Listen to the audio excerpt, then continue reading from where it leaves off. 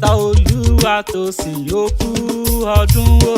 Mr. Olúwatósìn ó kú ọdún o. Àpáta dé àpáta pààrọ̀ ewì dé ó yá ẹja jọ máa gbé tọ́kì sórí àmàlà ó jàre.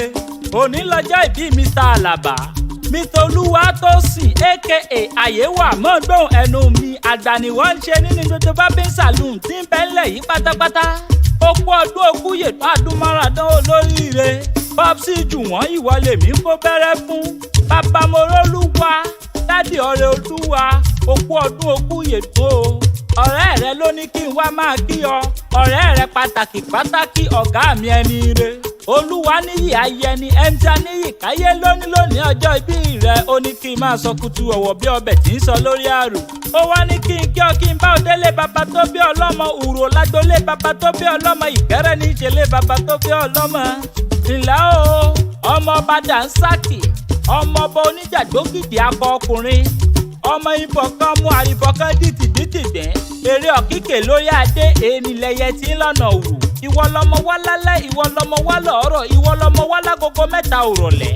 Ọmọ olókè méjì takọtabo olóṣùtọ̀ ọ̀run kẹrẹ ọ̀rọ̀lẹ̀ bàbá o. Ìwọ lọmọ àbátàmí èyí tàmí àdàgbà fíafíà alápá fáàrí. Ìwọ lọmọ ojúkè bòjú lẹ́rù ìwọ lọmọ ẹkùn ìwọ lọmọ òkẹ́rẹ́ kété oníyànà. Ó sọdún èyí wàá ṣe mí ìsì lágbára lọ́wọ́ Ọlọ́run ọba.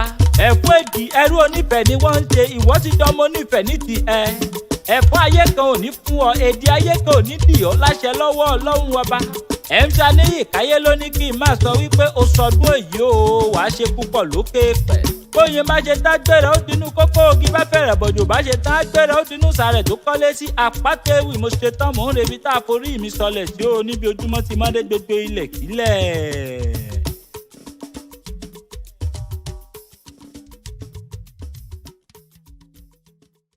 Hi guys, welcome to our YouTube channel, 2A Media House. And please don't forget to subscribe, like, comment, and share our videos. And don't forget to follow us on all other social media handles at APATA EWI ROC. Love you all.